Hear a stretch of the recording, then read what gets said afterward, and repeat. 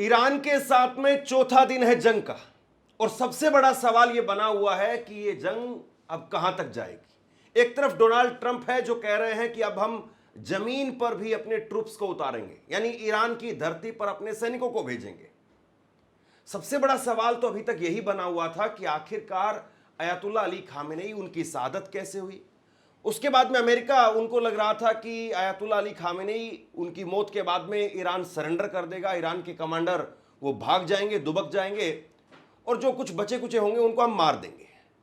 ये भी एक तरीके से अमेरिका का आकलन था कि ईरान के अंदर ईरान के लोग सड़कों पर उतर आएंगे और उसके बाद में उनको कुछ बहुत ज़्यादा करने की जरूरत नहीं रहेगी। लेकिन ये इस जंग का एक पहलू है और इस जंग का दूसरा पहलू ये है कि इस जंग का, इस लड़ाई का, इस युद्ध का पूरी दुनिया पर क्या असर पड़ेगा, खास करके हमारे मुल्क भारत पर इसका क्या असर पड़ेगा, भारत के लोगों पर, आम लोगों पर इसका क्या असर पड़ेगा।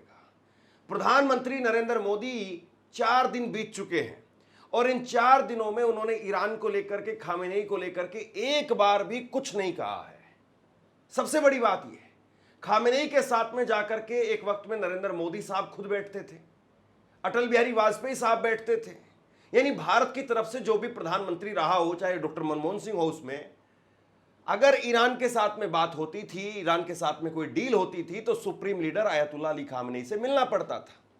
लेकिन अयातुल्लाह अली खामेनेई के साथ में जो कुछ हुआ उसके बाद में भारत की जिस तरीके से चुप्पी है, इसको लेकर के आने वाले वक्त में भारत पर क्या असर पड़ने वाला है, इसी को लेकर के और अयातुल्लाह अली खामेनेई, उनकी शहादत किस तरीके से हुई, अमेरिका क्या करेगा, कब पीछे हटेगा, कब कितना और आगे जाएगा, इजराइल इस जंग में क्या करने वाला है और बाकी मिडिल ईस्ट के देश वो क्या करेंगे, इसी को लेकर के मैंने कांग्रेस के नेता गुरदीप सप्पल से बात की है। और न केवल वो कांग्रेस के नेता के तौर पर आप उनको समझिए, उनको सुनिए, बल्कि उन्होंने बड़ी बेबाकी के साथ में और बड़ी गहराई के साथ में इस बात को भी सामने रख दिया कि अयातुल्लाह अली खामेनेई को मारने के पीछे केवल ऐसा नहीं है कि किसी आदमी ने, किसी शख्स ने, किसी एजेंट ने जासूसी की है या गद्दारी की है, उसकी वजह से सब कुछ हुआ है, बल्कि एक बहुत बड़ा खतरा, और वो खतरा कहीं ना कहीं भारत के लिए भी है, उसकी तरफ भी वो इशारा कर रहे हैं। डेटा इसके पीछे बहुत बड़ी वजह है। और सबसे बड़ी बात यह है कि अब 15 दिन के बाद में भारत पर किस तरीके से संकट आने वाला है। मुझे लगता है कि इस वक्त में जो कुछ ये चल रहा है, Iran, Israel, America, middle east के देशों में जिस तरीके से तूफान, घमासान मचा हुआ है, इस सब को अगर आप विस्तार से समझना चाहते हैं और ख़ास तौर पर भारत पर इसका क्या असर रहेगा, अगर इस सब को आप विस्तार से समझना चाहते हैं तो ये इंटरव्यू आपके लिए ज़रूरी है। इस इंटरव्यू को जरा आप देखिए और समझिए।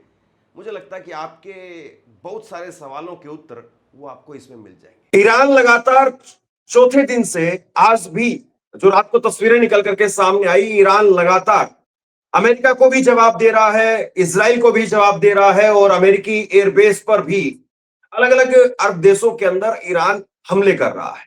4 दिन हो गए हैं, अयातुल्लाह अली खामेनेई, उनको मार गिराया गया है अमेरिका की तरफ से, लेकिन उस सब के बावजूद ईरान के तेवर में किसी तरीके से कोई कमी दिखाई नहीं दे रही। लेकिन इन सारी गतिविधियों के बीच में सवाल उठ रहे हैं नरेंद्र मोदी सरकार को लेकर के, सवाल उठ रहे हैं प्रधानमंत्री की चुप्पी को लेकर के, सवाल उठ रहे हैं भारत जैसे बड़े मुल्क को लेकर के कि आखिरकार ईरान जो इतना पुराना साझेदार रहा है और जो ट्रेडिशनल हमारी फॉरेन पॉलिसी रही है, उसमें क्या इस तरह की चुप्पी वो जायज है? क्या प्रधानमंत्री नरेंद्र मोदी को इसमें बोलना चाहिए था? क्या प्रधानमंत्री नरेंद्र मोदी जो बाकी देशों को लेकर के ट्वीट्स कर रहे हैं, ऐसे में अयातुल्लाह अली खामेनेई को लेकर के या ईरान को लेकर के उनकी तरफ से कोई प्रतिक्रिया सामने क्यों नहीं आ रही? और इसको लेकर के अब कांग्रेस ने ऑफिशियल एक स्टेटमेंट जारी कर दी है। इस सब पर बात करने के लिए हमारे साथ में कांग्रेस के वरिष्ठ नेता और बड़ी बारीकी से, एक तरीके से आप ये कहिए कि मिडिल ईस्ट में जो कुछ हो रहा है उस सब पर नजर रखे हुए हैं, गुरदीप सप्पल साहब हमारे साथ में हैं। सर, बहुत बहुत शुक्रिया आपका, आपने समय दिया। मैं सबसे पहले तो यही आपसे समझना चाहता हूं कि जो कुछ हो रहा है वो अपने आप में अप्रत्याशित दिखाई दे रहा है, क्योंकि जिस तरीके से लगातार ताबड़तोड़ हमले हो रहे हैं, ईरान के ऊपर, तेहरान में मिसाइलें बरस रही हैं अमेरिका की, इजराइल की। आयतुल्ला अली खामेनी को मार दिया गया, और वो भी पहले ही दिन मार दिया गया। इंडियन पॉलिटिक्स को लेकर के तो हम बात करेंगे ही, आप कांग्रेस उस पर सवाल खड़े कर रही है, उस पर हम आएंगे, लेकिन जो कुछ हो रहा है इसको आप कैसे देखते हैं, और ये कहां जाकर के रुकेगा? ट्रंप कह रहे हैं कि अगर हमें ट्रुप्स उतारनी पड़ेगी तो हम ट्रुप्स उतारने के लिए भी तैयार हैं। धर्मेंद्र जी, जो हो रहा है वो अभूतपूर्व है। जो दुनिया में सेकेंड वर्ल्ड वॉर के बाद जो वर्ल्ड ऑर्डर बना था, अब वो पूरी तरह ध्वस्त हो गया है। और अगर आप मार्को रूबियो, जो अमेरिका के गृह मंत्री बोले जाते हैं, सेक्रेटरी ऑफ स्टेट, उनका अगर आप म्यूनिक का भाषण सुने जो उन्होंने 2 हफ्ते पहले दिया, तो स्पष्ट कहते हैं कि अब दोबारा इंपीरियलिज्म की तरफ जाने का वक्त आ गया है, जिसमें अमेरिका और यूरोप के देश राज करें और बाकी सब देश जो हैं वो उनकी जगह जो है उपनिवेशवाद की हो। और ट्रंप की इस जो हरकत को या इस पूरी स्ट्रेटेजी को समझने के लिए वो स्पीच को समझना बहुत जरूरी है। ये अनायास नहीं हुआ।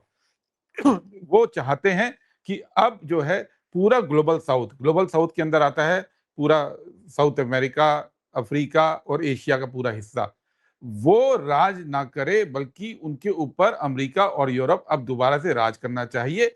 ये अमेरिका की जो है ट्रंप के अंदर, ट्रंप के नेतृत्व में अब नई पॉलिसी है। और इसी पॉलिसी के तहत वेनेजुएला पे हमला हुआ, इसी पॉलिसी के तहत अब ईरान पर हमला हुआ। ये एक बात। दूसरी बात, ये बड़ी इंटरेस्टिंग सी कल बात आई। कल मार्को रूबियो ने एक दूसरा बयान दिया। बयान में उसने बोला कि नहीं, ये तो जो युद्ध हुआ है वो हमने नहीं किया, वो इजराइल ने शुरू किया, पहली बात। और उसने ये बोला कि अगर इजराइल पहले अटैक नहीं करता तो ईरान कर देता और हम पे भारी नुकसान होता, इसलिए इजराइल ने कर दिया, और इजराइल ने कर दिया तो हम भी आ गए। यानी कि ये पहली बार आधिकारिक रूप से ये स्वीकार हो गया कि अमेरिका इजराइल का पिट्ठू देश बन गया है। इजराइल डिक्टेट कर रहा है कि अमेरिका क्या करे। और इसका सेकंड पार्ट आप देखिए तो भारत, यानी यानी एक तरीके से अभी जो सिनेरियो निकल करके सामने आ रहा था कि अमेरिका वो इजराइल को चलाने का काम कर रहा है, और अब मार्क रूबियो की स्टेटमेंट की आप जो बात करें, कल उनकी स्टेटमेंट आई है, ये मामला पूरा उल्टा दिखाई दे रहा है। कल तक ये भी कहा गया था, वॉशिंगटन पोस्ट का एक मैं आर्टिकल देख रहा था कि सऊदी अरब के प्रिंस ने जो है उनको धकेल दिया, कई बार प्राइवेट कॉल की अमेरिका को कि आप आइए और युद्ध करिए। ये मैं बिल्कुल यही बोल रहा हूं। ये इंटरेस्टिंग डेवलपमेंट सामने आ रहा है कि हाँ। इजराइल डिक्टेट कर रहा है कि अमेरिका क्या करे, अमेरिका उसी स्ट्रेटजी पे चल रहा है। ये मार्को रूबियो का स्टेटमेंट कहता है। यानी अमेरिका इजराइल का पिट्ठू देश बनता हुआ नजर आ रहा है और भारत अमेरिका का पिट्ठू देश बनता हुआ नजर आ रहा है। और ये वर्ल्ड ऑर्डर, ये सामान्य विदेश नीति का तो आउटकम नहीं हो सकता है। तो ये भारत क्यों है? किसने किसकी गर्दन दबा रखी है? और इस पूरे को अगर आप देखें तो ये बिल्कुल आप ये कह रहे स्पष्ट है भारत कि अमेरिका का इजराइल के पिट्ठू। पास कोई लीवर है। इजराइल के पास सभी तमाम नेताओं को कंट्रोल में करने का लीवर है। अब वो लीवर पेगासिस से निकल के आया है या एप्स्टीन से निकल के आया है, लेकिन निश्चित रूप पे इजराइल अपने हिसाब से चीजों को कर रहा है। अमेरिका साथ खड़ा है और भारत इनके साथ खड़ा है। तो आपको लग रहा है कि अब भारत भी एक तरीके से अमेरिका के चाल पर ही है, यानी अमेरिका जो चाहेगा वो होगा? अभी ट्रेड डील को लेकर के आरोप लगे, एप्स्टीन फाइल्स को लेकर के बहुत सारे आरोप लगे, लेकिन अब तो जंग में है, और जंग के अंदर इस तरीके से जो है वो व्यवहार भारत का, और फिर उस पर विपक्षी पार्टियों का ये स्टैंड, और इस पर सरकार की तरफ से कहा जा रहा है। कल मैं कुछ प्रवक्ताओं को सुन रहा था, जो सरकार के प्रवक्ता हैं, वो कह रहे थे कि वो स्टेट ऑफ द हेड नहीं थे खामेनेई, वो एक रिलीजियस लीडर थे, सुप्रीम लीडर थे, स्टेट ऑफ द हेड नहीं थे। ये तर्क दिया जा रहा है। तो आपने कई खामेनेई सवाल एक के साथ प्रधानमंत्री जो है वो क्यों ट्वीट करें, उनको क्यों श्रद्धांजलि दें? आपने कई सवाल एक साथ पूछ लिए। हम्म। पहला, नरेंद्र मोदी विश्व गुरु बनना चाहते थे। 10 साल से हम यही सुन रहे थे कि विश्व गुरु बनेंगे, और अब ऐसे विश्व गुरु हैं जिनका खुद तो कोई चेला नहीं है, लेकिन वो अमेरिका के चेले बन गए हैं। बात विश्व गुरु बनने से शुरू हुई और अंत हो रहा है कि आप अमेरिका का चेला बन गए। ये क्यों हुआ? और ये बहुत सिंपल सी बात नहीं है। मैं नहीं मानता कि भारत के डिप्लोमेटिक जो पूरी इंस्टीट्यूशंस हैं उसके अंदर कोई समझदारी नहीं है। भारत की विदेश नीति सेवा के अंदर कोई समझदारी नहीं है।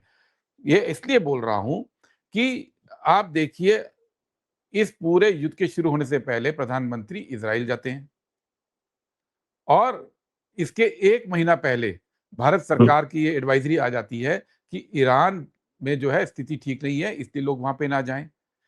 दोनों बातों से ये संकेत मिलता है कि 1 महीना पहले नरेंद्र मोदी को ये हिंट था या ये सूचना थी कि ये वॉर शुरू होने वाला है।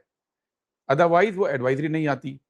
तो जब वॉर शुरू होने वाला है, इसका सीधा-सीधा मतलब ये है कि अमेरिका, इज़राइल, ईरान के बीच में जो होना है वो हो।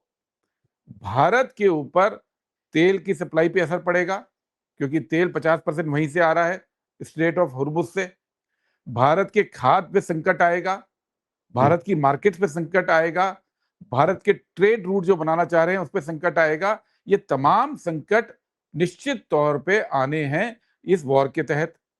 अब अगर नरेंद्र मोदी को ये पता था कि युद्ध के हालात बन रहे हैं, अगर उनको ये पता था कि हमारी तेल की सप्लाई पे असर पड़ेगा, फर्टिलाइज़र की प्रोडक्शन पे असर पड़ेगा, जिसका सीधा असर पूरे देश की खेती-किसानी पे पड़ेगा, तो नरेंद्र मोदी ने इस एडवाइजरी के बाद, पहली एडवाइजरी के बाद अमेरिका के साथ जॉइंट स्टेटमेंट क्यों अप्रूव किया? क्यों उसके अंदर ये बात मान ली गई कि हम जो हैं रशिया से तेल नहीं लेंगे? ये बात क्या भारत की सरकार के तमाम जितनी कलेक्टिव समझ है, उसको नहीं थी कि युद्ध शुरू होने वाला है और ये स्ट्रेट ऑफ हुर्मुज़ पहला चीज़ होगी जिसको बंद किया जाएगा। अमेरिका से आने वाला तेल वो रुक जाएगा, भारत में तेल की कमी हो जाएगी और हमें रूस का तेल तब चाहिए होगा।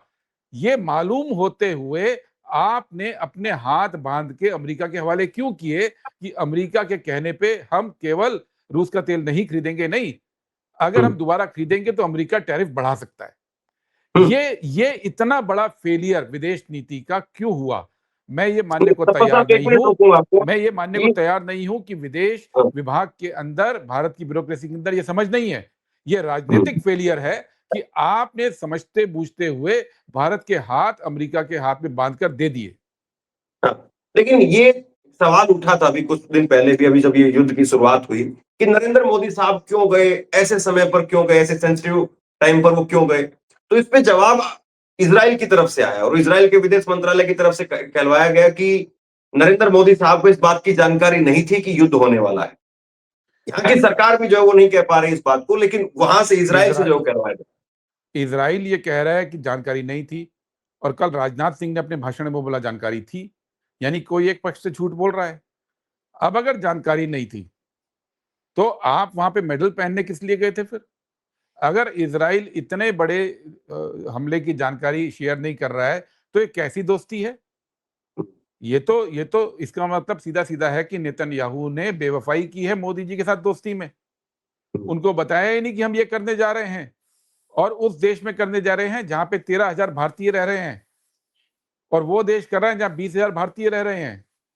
और नरेंद्र मोदी आज ये मुड़कर वापस कहने की हिम्मत क्यों नहीं कर रहे हैं इज़राइल को कि अगर आपने मुझे बताए बगैर हमला किया, जहाँ 35-33 से 35,000 भारतीय रह रहे हैं, उनकी जान की फ़िक्र कौन करेगा?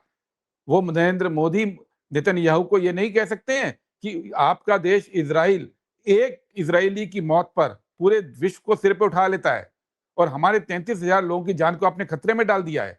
ये कहने की हिम्मत आज क्यों नहीं हो रही है भारत सरकार की? तो ये पूरा झूठ का प्रपंच है। समस्या ये है, गर्दन कहीं फंसी हुई है, इसीलिए समझते-बूझते हुए भी आप कुछ बोल नहीं पा रहे हैं। नरेंद्र मोदी कुछ बोल नहीं पा रहे हैं। भारत-ईरान युद्ध में भारत का स्टैंड ना लेना या अमेरिका के पक्ष में चले जाना या अयतुल्ला खamenei के उस पे शोक तक प्रकट ना करना, ये तो अलग सवाल है। ये भारत के लिए इकोनॉमिक और स्ट्रेटेजिक सवाल भी खड़ा हो गया है। उस पे तो भारत सरकार को बोलना होगा ना। अब इस पूरे के अंदर नरेंद्र मोदी को अगर ईरान इज़राइल ने अंधेरे में रखा है, तो ये दोस्ती बिल्कुल निराधार, ये केवल अपने पर्सनल ग्लोरी के लिए मेडल पहन के खुश हो गए और अपने देश के 33 से 35,000 लोग जो इजराइल ईरान में फंसे हैं उनकी चिंता नरेंद्र मोदी को नहीं थी। ये बात इससे स्पष्ट हो जाती है। हम्म। ये इस पर हम और आगे भी बात करेंगे अभी कि आखिरकार प्रधानमंत्री क्यों नहीं बात कर रहे हैं। एक सवाल लोगों के जहन में है और मुझे लगता है कि एक बार मैं आपसे पूछ लेता हूं, अगर आप उसका जवाब देना चाहें तो। लोगों को ये बात हजम नहीं हो रही है कि खामेनेई को पहले ही दिन किस तरीके से निशाना बना लिया गया, कैसे जासूसी हुई, किस तरीके से हुई, किसने गद्दारी की। ये अभी तक सवाल जो है जिनके उत्तर अभी मिल नहीं पाए हैं। आप अगर इस पूरे घटनाक्रम को देख रहे हैं क्लोजली, आपको क्या समझ में आ रहा है? क्या खामेनेई उन्होंने खुद ही अपनी शहादत देना जो है वो एक तरीके से उचित समझा कि उससे ज्यादा एग्रेशन होगा देश के अंदर? देखिए, वेनेजुएला और ईरान का युद्ध, इसमें बहुत बड़ी भूमिका आर्टिफिशियल इंटेलिजेंस निभा रहा है। जो एंथ्रोपिक कंपनी है, जो आर्टिफिशियल इंटेलिजेंस की सबसे बड़ी कंपनी विश्व के अंदर इस समय है, उसने मास सर्वेलेंस का डेटा वेनेजुएला में भी दिया है और उसने ये डेटा ईरान में भी दिया है। और यही नहीं, ये डेटा मिलने से जो पिन पॉइंट करके सर्वेलेंस हो पा रहा है, वो अमेरिका जानता है। इसलिए पिछले हफ्ते पेंटागन ने एंथ्रोपिक को बोला कि हमारे साथ लॉन्ग टर्म एग्रीमेंट कीजिए और उसमें 2 अधिकार दीजिए। एक कि मास सर्वेलेंस करने का हमको सिस्टम बना के दीजिए पूरे विश्व का। और दूसरा 100% ऑटोनोमस हथियार बनाने, यानी वो हथियार जो खुद ब खुद फैसला करे कि हमें कब चलना है और कहाँ चलना है। ये है, ये एग्रीमेंट साइन करने से पेंटागन ने एंथ्रोपिक को बोला। एंथ्रोपिक ने मना कर दिया कि हम ये नहीं करेंगे, वो अलग बात है, ओपन एआई ने कर लिया। लेकिन ये युद्ध अभी भी एंथ्रोपिक के डेटा पे चल रहा है, क्लाउड पे चल रहा है। इसीलिए जब इज़राइल ने हमला किया है, तो उसका एक खास टारगेट जो रहा है, वो अमेज़न के क्लाउड वेयरहाउस जो है सऊदी में, उसके ऊपर उसने हमला किया है। एक सऊदी में किया है और एक बहरीन में किया है। तो उसने ये हमला इसलिए किया है क्योंकि पूरी की पूरी स्ट्रेटेजी वो आर्टिफिशियल इंटेलिजेंस के डेटा पर माउंट हो रही है। तो एक चीज़ तो ये है कि ह्यूमन इंटेलिजेंस मिली होगी, लेकिन उससे बड़ी बात ये है कि एआई इंटेलिजेंस के हिसाब से ये हो रहा है। हाँ, खमेनेई ने जो है उन्होंने ये तय किया, वो चाहते तो ऐसी जगहों पे जा सकते थे जहाँ पे इस तरह की कोई कनेक्टिविटी नहीं हो, जहाँ का कुछ पता ना चले, ये बात सही है। लेकिन वो अपने नियत स्थान पे रहे क्योंकि उन्होंने भी इस पूरे युद्ध को एक सिंबॉलिक शक्ति देने का फैसला कर लिया होगा, जैसा कि शिया धर्म के अंदर, मुस्लिम के शिया सेक्ट के अंदर ये है, वो पूरा धर्म ही करबला की कुर्बानी से निकला है। और उनके यहाँ कुर्बानी का कॉन्सेप्ट बहुत बड़ा है। आपने कभी भी अगर मुहर्रम के जुलूस देखे हों तो आज भी वो कुर्बानी का जज़्बा को मुहर्रम में जगाया जाता है। तो वो सिंबोलिज़्म इस पूरी लड़ाई के अंदर आ गया है। वो केवल एक लड़ाई तक सीमित नहीं रहेगा।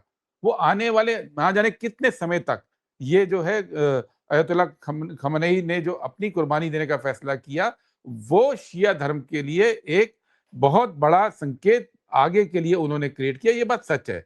लेकिन ये भी बात सच है कि हम इंटेलिजेंस की बात करें और एआई की बात करें, ये दूसरा युद्ध, पहला युद्ध जो युद्ध नहीं हुआ, जो आक्रमण हुआ सिर्फ वेनेजुएला पे, और अब ईरान का युद्ध, ये एआई माउंटेड युद्ध हो रहा है। इस युद्ध के अंदर जो होगा वो भविष्य के युद्ध की रूपरेखा भी तय करेगा। हम्म। यानी 2-3 बातें आप यहाँ पर साफ कर रहे हैं कि अयतुल्ला अली खामेनी वो अपनी शहादत दे करके एक ईरान के अंदर एग्रेशन या ईरान से बाहर भी जहां पर शिया मुस्लिम है या बाकी और जो उनके तबके के लोग हैं उनको मानने वाले, उनको एक मैसेज दे रहे थे। और दूसरी बड़ी बात जो आप ये कह रहे हैं कि एआई के जरिए यानी डेटा के जरिए खामेनेई को किसी न किसी तरीके से ट्रैक किया गया। और शायद बिल्कुल। कहीं न कहीं ये इशारा वही है जो राहुल गांधी कह रहे थे और संसद में भी कहा कि नरेंद्र मोदी ने डेटा के साथ में कॉम्प्रोमाइज़ कर लिया है।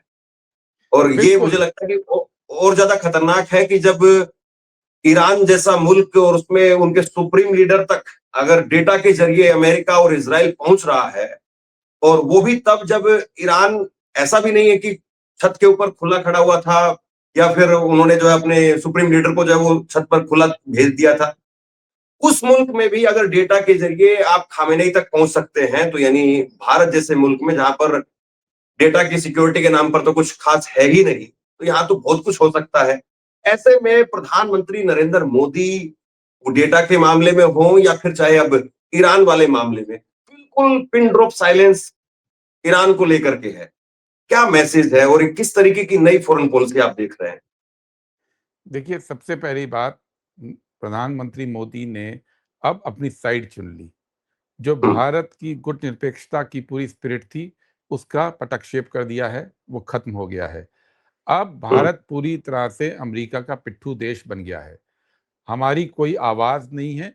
जो अमेरिका कर रहा है, हम आँख मूंद कर उसका सपोर्ट कर रहे हैं। नरेंद्र मोदी जो भारत को विश्व शक्ति बनाने चले थे, भारत को एक अलग से ध्रुव बनाने की बात करते थे दुनिया का, उन्होंने जो भारत की स्थान था, उसको भी समाप्त करके भारत को अमेरिका के पीछे खड़ा कर दिया है और हुँ। अब ना कोई ज़बान बची है, ना सरपंच कोई साहब स्टैंड बचा 1 है। सेकंड, सिर्फ 10 सेकंड के लिए मैं आपको रोक रहा हूँ। 2 बातें आप ये कह रहे हैं और बहुत बड़ी बात है, मैं चाहता हूँ और थोड़ी क्लैरिटी से आप बताएँ। आप ये कह रहे हैं कि एक तो गुटनिरपेक्षता जो हमारी थी उसको खत्म कर दिया है और दूसरी बड़ी जो आरोप आप पहले भी आपने लगाया फिर बोल रहे हैं कि भारत अमेरिका का पिट्ठू बन गया है। ये बात केवल राजनीतिक आपको लग रहा है कि एक बयानबाजी इसको लोग लें या सच में आप दिल से इस बात को महसूस कर रहे हैं और बोलते वक़्त में एक दुःख भी महसूस हो रहा है कि भारत जैसा इतना बड़ा देश, इतना महान देश, वो अमेरिका का पिट्ठू, क्या ये सही है? हाँ, मैं दोनों बातें देखिए, बहुत बार होता है कि जब 2 पक्ष युद्ध करते हैं, तो आप उसमें कुछ नहीं कर सकते हैं, ना आप रोक सकते हैं, ना आप जाके लड़ सकते हैं। पिछले 70-75 साल में ऐसे बहुत सारे युद्ध हुए। जब 2 ध्रुवीय दुनिया थी, सोवियत यूनियन और अमेरिका, तब भी ये स्थिति थी। तब भारत अपने नैतिक दम पर टिकता था। उसने एक गुट-निरपेक्ष आंदोलन तैयार किया। उसने कहा कि हम ना तो एक गुट के हैं, हम ना दूसरे गुट के हैं। हम नैतिकता के आधार पर बात करेंगे और वो नैतिकता संयुक्त राष्ट्र के चार्टर से आती थी, जिसके अंदर बहुत सारी चीज़ें थी कि आप युद्ध के माध्यम से किसी की सॉवरेनिटी का उल्लंघन नहीं करेंगे। आप किसी देश के जो राजनीतिक नेतृत्व है, उसको हत्या करके या इस तरह से हटाने की बात नहीं करेंगे। आप दूसरे देशों के मामलों में हस्तक्षेप नहीं करेंगे। ऐसे बहुत सारी चीज़ें यूएन के चार्टर के अंदर थी। गुट निरपेक्ष आंदोलन उस पे आधारित किया गया था और भारत, कई बार ये स्थिति होती थी कि आप युद्ध में नहीं उतर सकते, लेकिन भारत की गुटनिरपेक्ष के नेता के रूप में और एक स्वतंत्र राष्ट्र के रूप में एक पोजीशन रहती थी और इसलिए भारत की बात पूरी दुनिया में सुनी भी जाती थी। तब भी सुनी जाती थी जब हम एक बेहद गरीब मुल्क थे, अब नए-नए आज़ाद हुए थे। ये भारत की पोजीशन थी। भारत कभी भी किसी एक पक्ष में जाकर खड़ा नहीं हुआ था। इस बार पहली बार नरेंद्र मोदी के उसमें भारत ने तय किया कि अब गुटनिरपेक्षता का कोई मतलब नहीं, अब सीधे-सीधे हम अमेरिका के साथ खड़े हैं। इसीलिए भारत के प्रधानमंत्री ने ईरान के बारे में ट्वीट तक नहीं किया, वहाँ पे फ़ोन तक नहीं किया। आपने पहले सवाल पूछा था कि अयतुल्ला खamenei कोई वहाँ के राष्ट्राध्यक्ष तो नहीं थे। ठीक है, लेकिन जब आपको चाबहार का एग्रीमेंट करना था, तो तब आपने नरेंद्र मोदी ने मीटिंग तो अयतुल्ला खamenei से ही की थी ना। और हुँ। अयतुल्ला खamenei की मीटिंग का पूरा वीडियो तब क्यों जारी किए थे? तब आप जाके तो नहीं उससे मिलते पहले उनको। अटल बिहारी वाजपेयी साहब की भी तस्वीरें हैं। तो तब तो वो सुप्रीम लीडर थे। अब आप उनको सुप्रीम लीडर नहीं मान रहे हैं, तो इस बीच में क्या बदला है? और तब नरेंद्र मोदी ये बोले थे कि भारत और ईरान का संबंध इतिहास से भी पुराना है, जो कि हकीकत है। जो कि हकीकत है। इस्लाम दुनिया में आने से पहले के संबंध है भारत और ईरान के। ईरान का नाम ही है ईरान, यानी आर्यों का देश। ये हमारा और ईरान का संबंध है। हुँ। ईरान और भारत का संबंध हजारों साल का है। उस दोस्ती को नरेंद्र मोदी भी गुण गाते रहे, लेकिन हाँ, अब उन्होंने बिल्कुल त्याग उसमें दिया। उसमें उसमें अभी एक वीडियो भी वायरल हो रहा है जिसमें नरेंद्र मोदी कह रहे हैं कि भारत और ईरान का रिश्ता इतना पुराना है जितनी पुरानी हिस्ट्री है। जी, मैंने ही उसको निकाल के हाँ, उसको ट्वीट किया था पहले कि ये संभवतः मैंने आपके इतना हैंडल पे देखा होगा उसको। तो अब इतना जो आपका संबंध आपको मालूम था, आप अयतुल्ला खamenei के साथ मीटिंग कर रहे थे, as supreme leader of Iran उनके साथ मीटिंग्स कर रहे थे, तो तब में और अब में क्या बदला और अब आप ये कह रहे हैं कि नहीं-नहीं वो तो थे ही नहीं राष्ट्राध्यक्ष। अरे! हुँ, हमारे तो परंपराओं के अंदर अगर गाँव में कोई दुश्मन की भी कत्ल हो जाता है या मृत्यु हो जाती है, तो आप शोक व्यक्त करते हैं। ये कौन-सा नई परंपरा आपने शुरू कर दी अमेरिका के डर से, इज़राइल के डर से? तो इसको हुँ, अगर आप पिट्ठू देश बनना नहीं बोलेंगे, तो क्या बोलेंगे? पहली तो ये सवाल। दूसरा हाँ, सवाल, आपने बोला कि ये राजनीतिक बयानबाजी है, ये वास्तव में ऐसा है। अब देखिए, ईरान के युद्ध के कारण हमारे पर 3-4 बड़े असर हो रहे हैं। पहला असर, जैसा मैंने कहा, कि ऑयल सप्लाई पे होने जा रहा है। 50% से ज़्यादा ऑयल और 80% ज़्यादा गैस वो स्ट्रेट ऑफ हुर्मुज़ से आ रही है। वहाँ पे वो रास्ता बंद है। 15 दिन का हमारे पास स्टॉक है। अगर ये सप्लाई नहीं खुलती है, तो भारत में संकट तेल का आएगा। सिर्फ तेल का नहीं आएगा, तेल के संकट से पूरी इंडस्ट्री पे संकट आएगा और जो फर्टिलाइज़र बनने की हमारी दिक्कत हो जाएगी। 15 दिन का, 20 दिन का स्टॉक रहता है।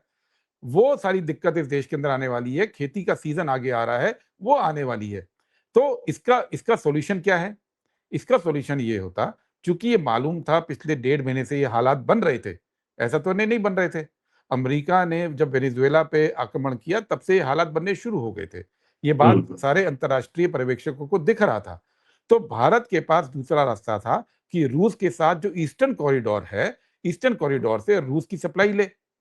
लेकिन ये हालात बनते-बनते के दौरान ही, जब ये मालूम था बन रहे हैं, भारत ने नरेंद्र मोदी जी की अगुवाई में जो एग्रीमेंट का स्टेटमेंट साइन किया है, उसमें ये लिख के दे दिया कि हम रूस से तेल नहीं खरीदेंगे। यानी आपको ये मालूम था हालात ये बन रहे हैं, जिसका सीधा असर आपके पेट्रोल सप्लाई पे, आपकी खेती किसानी पे, आपकी इंडस्ट्री पे पड़ने वाला है। वो हालात के दौरान आपने लिख के दे दिया अमेरिका को कि हम रूस का तेल नहीं लेंगे। अब ये बताइए, क्या भारत के सरकार के अंदर इतनी दूरदर्शिता, इतनी इंटेलिजेंस नहीं थी कि ऐन युद्ध के मौके पे आपने ये लिख के दे दिया? दूसरी बात, जो और इंपॉर्टेंट बात है इसमें, अमेरिका दूरदर्शी था। उसने पहले वेनेजुएला के तेल पे कब्जा किया, फिर उसने भारत को रूस का तेल खरीदने से मना कर दिया और इस तरह से उसने भारत के हाथ पूरी तरह बांध दिए और बांध ही नहीं दिए। ट्रंप ने कहा मेरी एक मॉनिटरिंग कमेटी मेरे मंत्रियों की बन रही है जो निगरानी करेगी कि भारत अगर तेल खरीदेगा रशिया से इन दिनों, तो भारत पे मैं टैरिफ बढ़ा दूंगा। यानी भारत को आपने पूरी तरह बांध दिया वेनेजुएला के आक्रमण से लेके अब तक, और भारत कुछ नहीं कर पा रहा है। ये दूरदर्शिता अमेरिका में थी कि हमने भारत को कैसे बांधना है, और भारत के सरकार में ये दूरदर्शिता नहीं थी। ये पहली बात जो मैं पिट्ठू बोल रहा हूं, इसी को बोलते हैं ना कि आपको मालूम है। मैं ये नहीं मानता कि भारत का जो ब्यूरोक्रेटिक एस्टेब्लिशमेंट है, भारत का जो फॉरेन सर्विस का एस्टेब्लिशमेंट है, उसको ये सब नहीं समझ में आ रहा था। उसको समझ में आता है ये बात, लेकिन ये करने नहीं दिया गया राजनीतिक नेतृत्व द्वारा। तो ये क्यों करने नहीं दिया? दूसरी बात, पिछले 15 साल से भारत की एक सबसे बड़ी चिंता क्या है कि चीन बहुत मजबूत हो गया है। चीन पाकिस्तान का बिल्कुल खुला पार्टनर है। यहां तक कि ऑपरेशन सिंदूर में सारा स्ट्रेटेजिक इंटीग्रेशन चीन ने पाकिस्तान के साथ किया, जिसकी वजह से पाकिस्तान को एक एज मिला उस लड़ाई के अंदर। और चीन ने पाकिस्तान के साथ मिलकर चाइना पाकिस्तान इकोनॉमिक कॉरिडोर बना दिया है, जिसमें बेल्ट रोड सेवा भी है। एक पूरा रास्ता एशिया से यूरोप जाने का चीन ने पाकिस्तान के साथ बना दिया। यानी चीन और पाकिस्तान को यूरोप के बाजार में सीधा एक्सेस प्राप्त हो गया। इसके जवाब में भारत के पास क्या सॉल्यूशन था? भारत का समाधान था कि हम ईरान के माध्यम से इकोनॉमिक कॉरिडोर बनाएं। तो भारत पिछले 15 साल से, ये बात पूरी करने दीजिए, पूरे 15 साल से Bharat north south trade route बना रहा था, international north south trade route, जो ईरान होके चाबहार पोर्ट से होके जाता था। इसलिए चाबहार पोर्ट हमने लिया, जो खुद मोदी जिसको अपनी सबसे बड़ी उपलब्धि बताते हैं वीडियो में आज तक के साथ बातचीत में। अब पिछले 2-3 महीने में ट्रंप के हड़काने पर, दबाव में, आपने वो पूरा प्रोजेक्ट छोड़ दिया। यानी चीन और पाकिस्तान का इकोनॉमिक कॉरिडोर का जो आपका जवाब था, आपने जवाब सरेंडर कर दिया। आज की तारीख में भारत के पास कोई वैकल्पिक इकोनॉमिक कॉरिडोर नहीं बचा, क्योंकि जो आपने 15 साल में किया था मनमोहन सिंह की सरकार से लेकर अब तक, आपने वो अमेरिका के अरमानों पर, अमेरिका के दबाव पर उसकी बलि चढ़ा दी। अब भारत जैसा देश अपने सामरिक और अपने आर्थिक हितों को अमेरिका के कहने पे सरेंडर क्यों कर दिया? तो इसी को पिट्ठू देश बोलना कहा जाता है। इसी को बोलते हैं कि पिट्ठू देश बन गए आप। अमेरिका कह रहा है कि आप इकोनॉमिक कॉरिडोर छोड़ दो, हमने छोड़ दिया। अमेरिका ने कहा आप तेल लेना बंद कर दो, हमने बंद कर दिया। ठीक, मैं एक सवाल आपसे और पूछना चाह रहा हूँ। कल मैं एक बयान देख रहा था, और वो बयान संभवतः हो सकता है आपने जरूर देखा होगा। अल जजीरा पर, अल जजीरा को जो है इंटरव्यू देते हुए सऊदी अरब के एक अधिकारी कहते हैं कि अरब देशों को अमेरिका ने अपने हाल पर छोड़ दिया है और वो इज़राइल के पीछे लग गया है। इज़राइल को जो है सेफ्टी दे रहा है अमेरिका, और अब जितने भी अरब मुल्क हैं उनको अपने हाल पर छोड़ दिया है। जहां तक आप बात अभी दूरदर्शिता की कर रहे थे, हम उम्मीद करेंगे कि भारत के कभी बुरे दिन ना आए। आज अमेरिका के ऊपर या इज़राइल के ऊपर जिस तरीके से नई दोस्ती की एक इबादत जो है नरेंद्र मोदी लिखने की कोशिश कर रहे हैं, तो ऐसे में अमेरिका इज़राइल पर इतना डिपेंड होना, अपने पुराने साझेदारों को छोड़ देना, रूस से या फिर ईरान से, उनसे जो है वो ना के बराबर का रिश्ता रखना, या फिर बस अब धीरे-धीरे करके उनसे दूर हो रहे हैं।